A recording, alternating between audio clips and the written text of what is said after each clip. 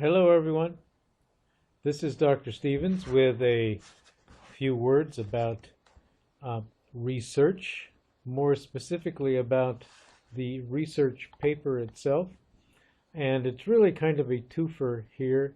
Um, in discussing the research paper, I think that I hope also to be able to give you an overview of research in general. The two really go hand in hand.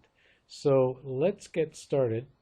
I'm going to focus on the sample research paper, which is posted on Blackboard. This is what you see here is just the introduction to the sample paper. I'm not going to go over the introduction itself. Obviously, you can do that. I think it's pretty self-explanatory.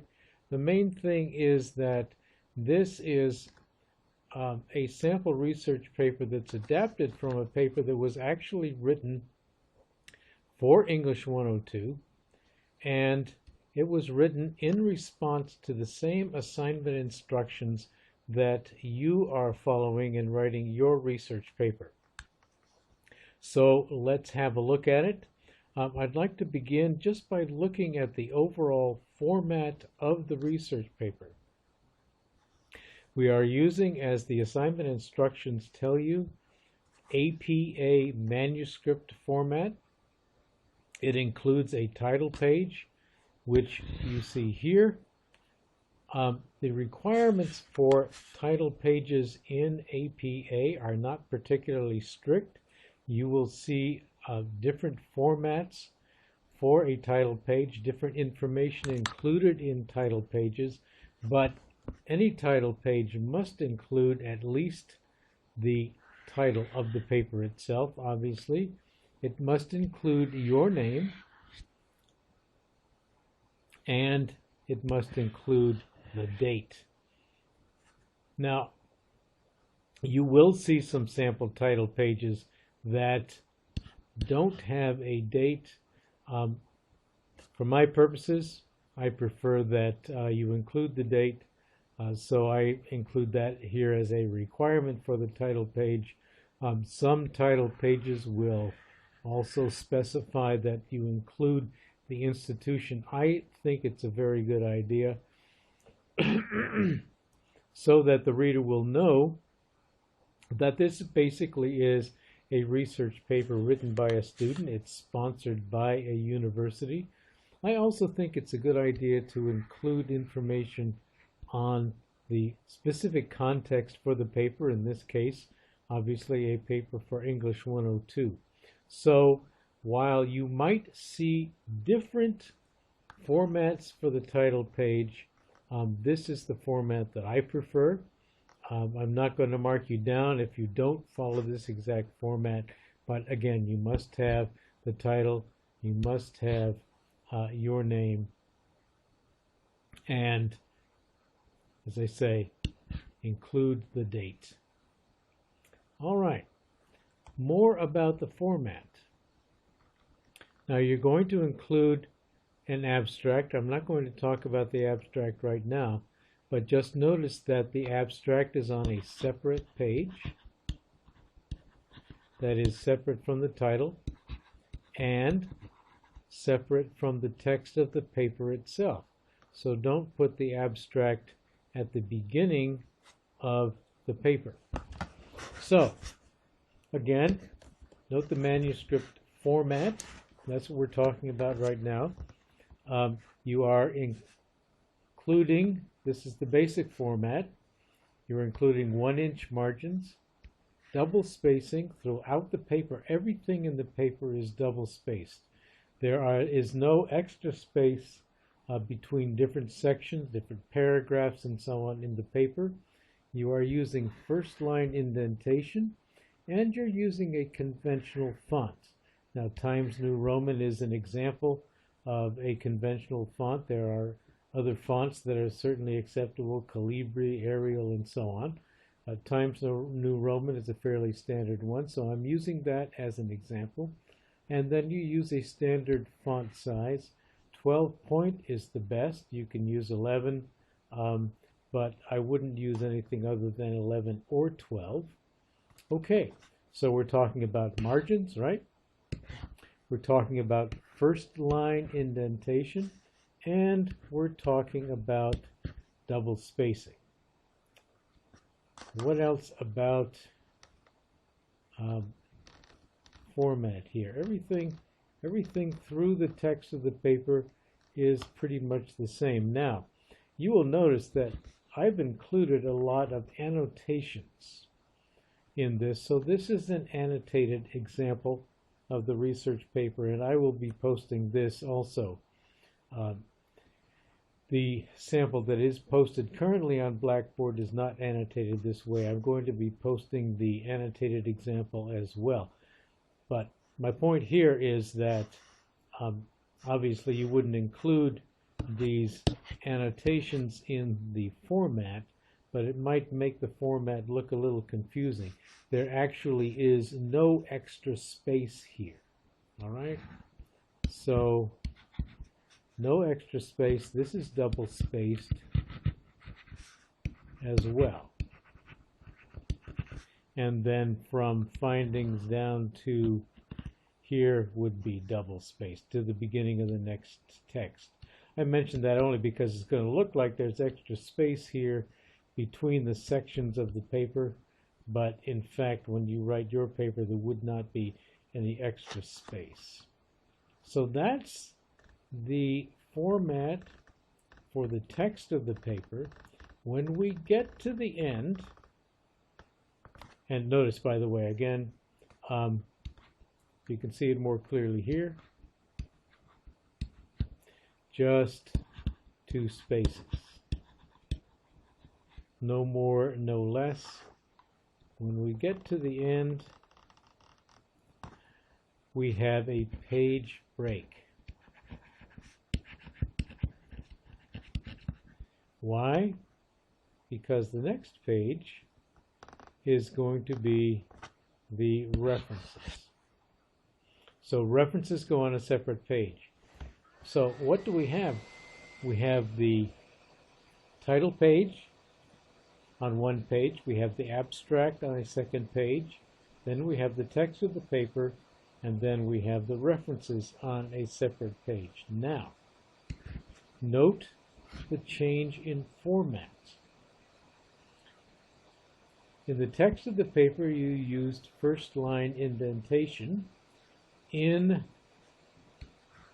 the references, you use hanging indentation. And you probably know about this from having written the annotated bibliography, but this is hanging indentation. The first line is at the margin, and then everything else is indented. That's hanging indentation. Now also, very important aspect of the references page, because some people get this wrong. You are using alphabetical order. You are not using numerical order. Do not include numbers. Some people include numbers. No. The references are listed alphabetically by the name under which they are listed. So this list begins with F because F is the first letter in the first letter in the alphabet of this particular list of names. We don't have any A, B, C, D, or E, right? We start with F. So F-I, F-R, and then we go to P, and then we go to R, and then we go to S, and finally to W, all right? Alphabetical order. Finally, notice that it is still double spaced. Double spaced everywhere. There is no extra space. There's no extra space between the entries, right? And you do not single space the entries themselves. Everything is double spaced. All right, so much for format, folks. Now, let's look at the text of the paper itself. I said that the research paper actually parallels the research process. So in talking about the research paper, we are also giving a little introduction to the research process itself. So what does research do? Well, the research paper attempts to address the causes of the growing number of obese people. All right? So this is not just the research paper, but this is the focus of research. And the focus of research is always a question. So that is going to be reflected in the abstract. All right? And it comes down, let's see, let me find it here. Okay. So we have a statement of the research paper right here. What are the leading causes for Americans to become obese? All right. So what does research do? It's quite simple. Research takes an issue, a problem, something that we need information about. We ask a question about that particular problem because that is focusing the research. That's what the question actually tells us what we need to know. So you begin research with a particular issue, a problem, a question about that issue, and then you look for information about it. Now, in general, then, you see that the research process is actually quite simple. And this is what we did in workshop 3, where I asked you to think about your opinion paper in terms of what kinds of research questions you might find in that opinion paper. So you were beginning the research process then. When we got to workshop 4, you were looking for sources of information that would help you answer that question. Research process again. You've got a problem to investigate, you have a question about that problem, you look for sources of information that will answer that question, and then you report those answers in the form of a conclusion in your research paper. So, notice that that's what the abstract does. The abstract identifies the problem, right? The problem in this case for this particular writer is a growing number of obese people. We've got a question, all right, we saw that. And then we have a summary of what the paper does. And that's all the abstract is, a summary of the paper that includes the research problem. So here's your abstract. A summary that includes problem, question, right, the research question, and then we'll just summarize what the paper accomplishes. Now this is all following from the problem in question. So the paper then investigates the causes of obesity, and notice that we're giving a little bit of consideration of the different possible causes. All right? So, summary of the issue covered by the paper. Summary of the issue covered and conclusions.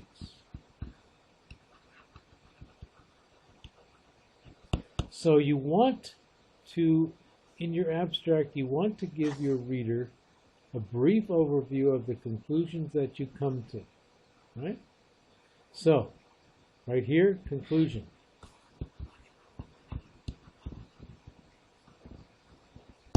The research concluded that there is a connection between a person's neighborhood and obesity, and there are other factors. Okay, so this isn't the only conclusion. Other factors, technological advancement, stress, and so on.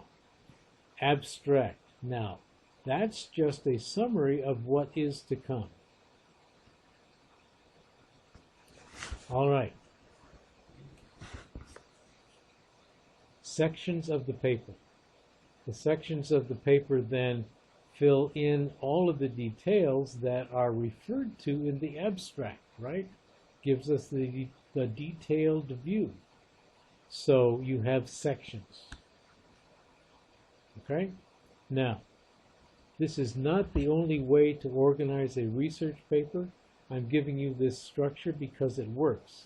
If you turn in a research paper that satisfies all the research requirements, it will have these sections. It will have a section about the research problem.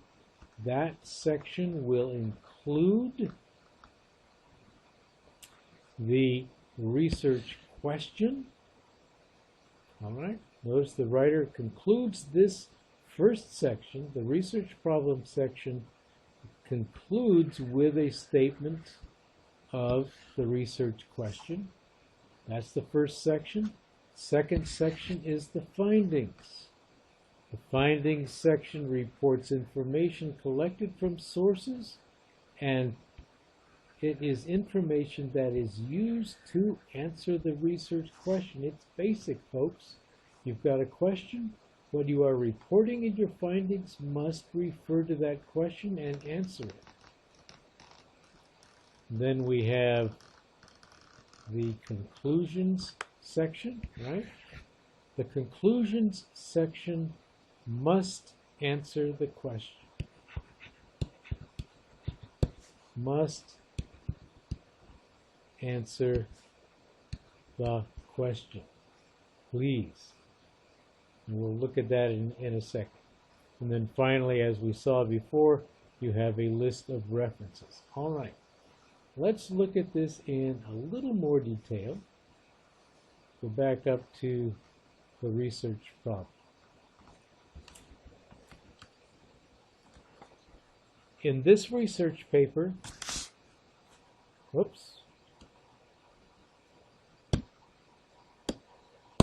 in this research paper, the writer begins with a general statement of the problem, okay? And problem, we refer to the problem in different ways: excessive weight gain, dangers of obesity, right?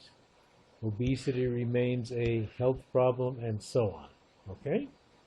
So all of that, that's a general statement of the problem that is being researched. You need to be able to name the problem clearly in a clear statement. Now, this writer goes into more detail. All right? So after this brief introductory paragraph, we have a detailed view of the problem. So notice that here, in this detailed view, this second paragraph, we start using outside sources. Riley describes obesity as a disorder where the body has a high fat storage, etc., etc. Okay. Notice that this description of the problem does several things. It cites sources such as Riley. Now, the problem that we're investigating is obesity, so it makes sense that we should give a brief explanation of what obesity is. Now, if I'm going to come along and say I'm researching this problem of obesity, I need to know that in fact it is a problem. Okay, so I know what obesity is, but if nobody is obese, then it certainly is not a health problem. So we also give information on the extent of the problem. And notice that this information comes from outside sources. Riley is one of my outside sources. Powell, Spears, and Rabori There's another outside source. This is all information on the nature of the problem itself. And then we bring in Riley again,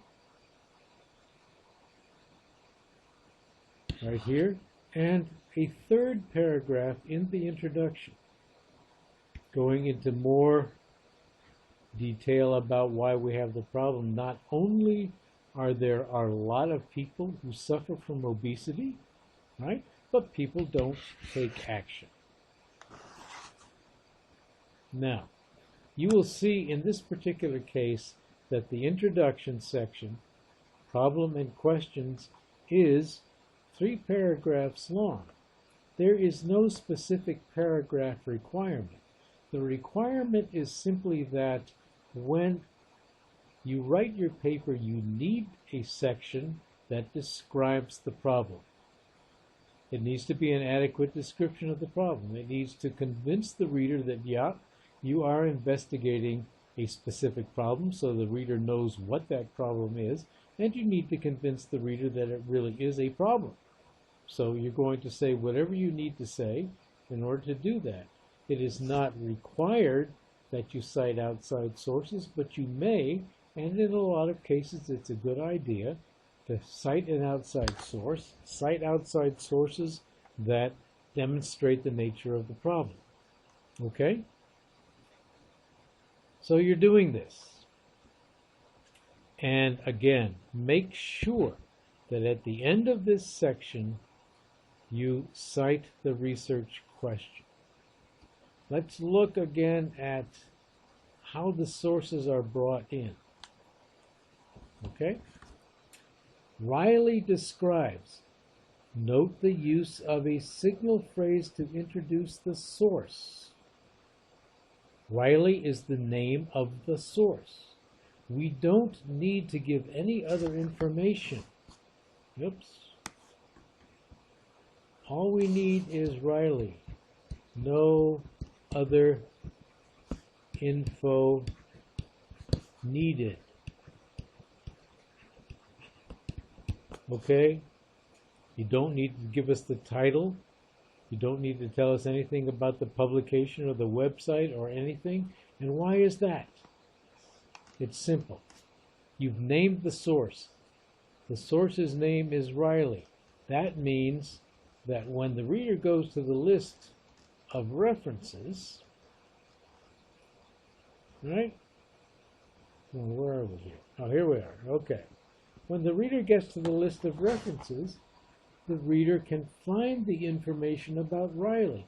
Riley is the name of the source. Oh, we say, what is Riley? Riley is an article called Childhood Obesity, etc., etc., and this article is published in this journal, Children and Society.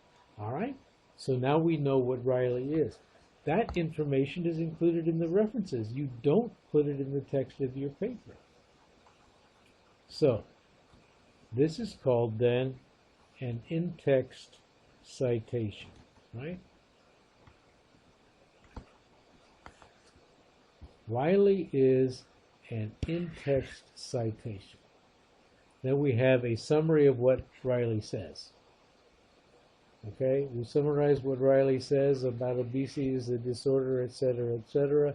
And then, since we have a page number for this particular source, we give the page number where we can find this summary of the problem of what obesity is, this definition of obesity, right? And so notice that when a page number is given, it comes after the reference in parentheses, but it comes before the period. Okay, now you can't see the period here, I'm afraid, because I've left the period here instead of putting it there. But really the period should be right there, okay? So, in-text citation using a signal phrase which includes just the name of the source, usually the author's name, or plus the date, all right? That's your standard signal phrase and your standard way of introducing a source in APA documentation. So, let's move on to the findings. Remember that your findings section reports information collected from sources. The information must be information, as I said before, that can be used to answer the research question. So, make sure that it is related to your research question. My annotation here says that this first paragraph focuses on one cause of obesity, the lack of physical activity. And notice again a signal phrase, according to Finkelstein, Room, and Kosa, 2005.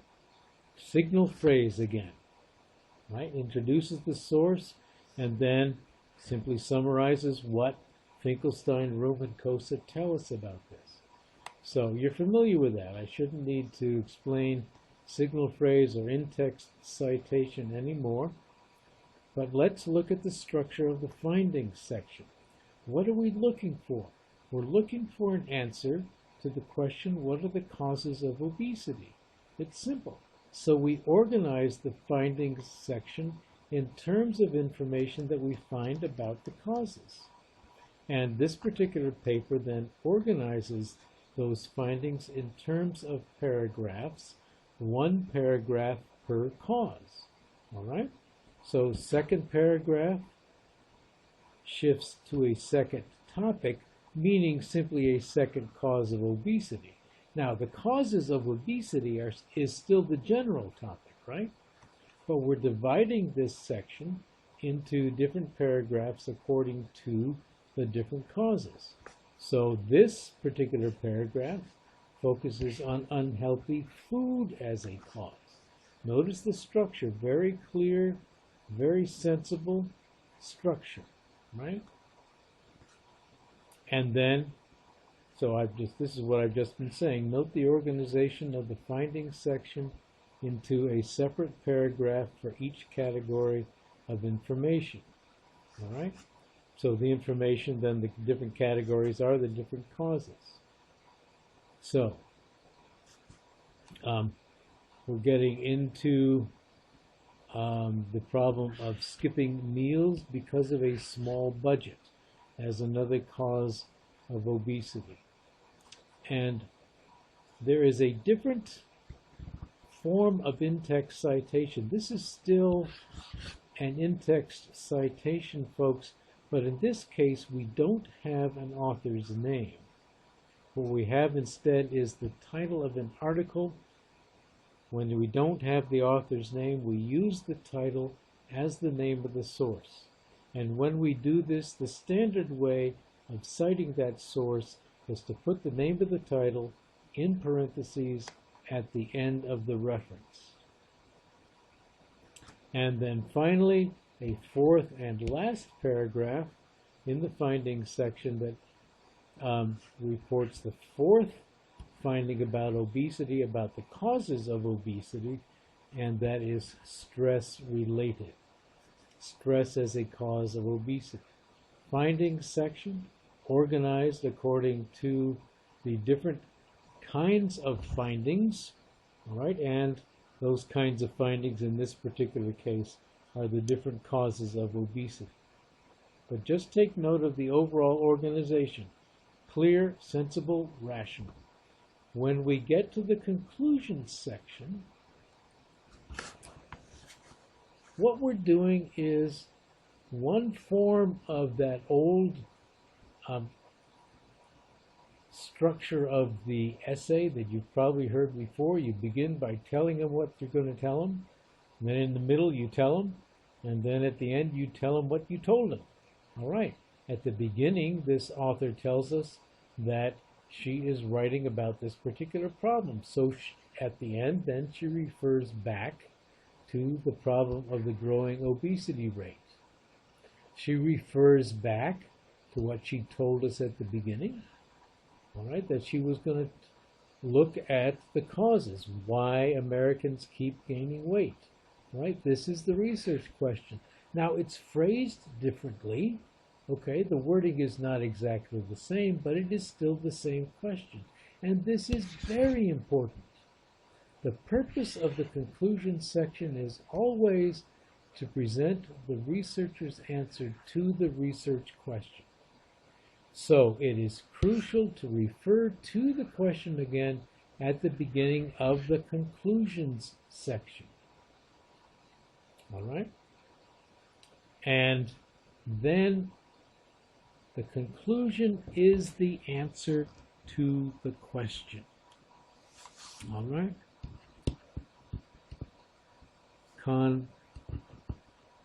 Conclusion answers the question. The two need to go together. And so this researcher's answer is there are factors other than overeating. And so she's saying, in conclusion, technological developments, neighborhood budgets, stressors all play a part in obesity. Okay? So, note that the preceding paragraph, this is the conclusions, answers the research question, and it does so in the form of a summary of the causes reported in the findings section. So your conclusion section and your findings section are closely related. Don't put in your conclusion section some kind of answer to your research question that is not based on the findings. Your answer, I'll put this here, answer must be based on findings. All right. That's pretty much what I have to say about research and the research paper. Oh, I did want to add this one thing, because that paragraph was not the final paragraph. Obesity percentage needs to be decreased as it can cause problems for both the individual and society, of course. All right? Now, the final paragraph here doesn't add anything essential, but it does round off the paper nicely by referring to the seriousness of the issue. Basically, all the writer is saying hey, we've got a problem here, folks. We need to solve the problem. It's going to be difficult to eliminate it, and so it's a work in progress, but if people become more familiar with the causes, it will be easier to control. Thank you very much. The end. All right. Now, in conclusion, let me just add that I'm not going to go into detail about the format for the list of references. We deal with this in the workshops. We deal with this in the annotated bibliography. There is information in the workshops on this. There's information in my comments on your work. And then, of course, there is information in the handbook. So I'm not going to go into this right now. That's all I'm going to say about the research paper, folks. Again, this will be posted in Blackboard. And if you have any questions about it, please ask in the workshop, Workshop 6 on the research paper. And so I will see you there online. Thanks for listening.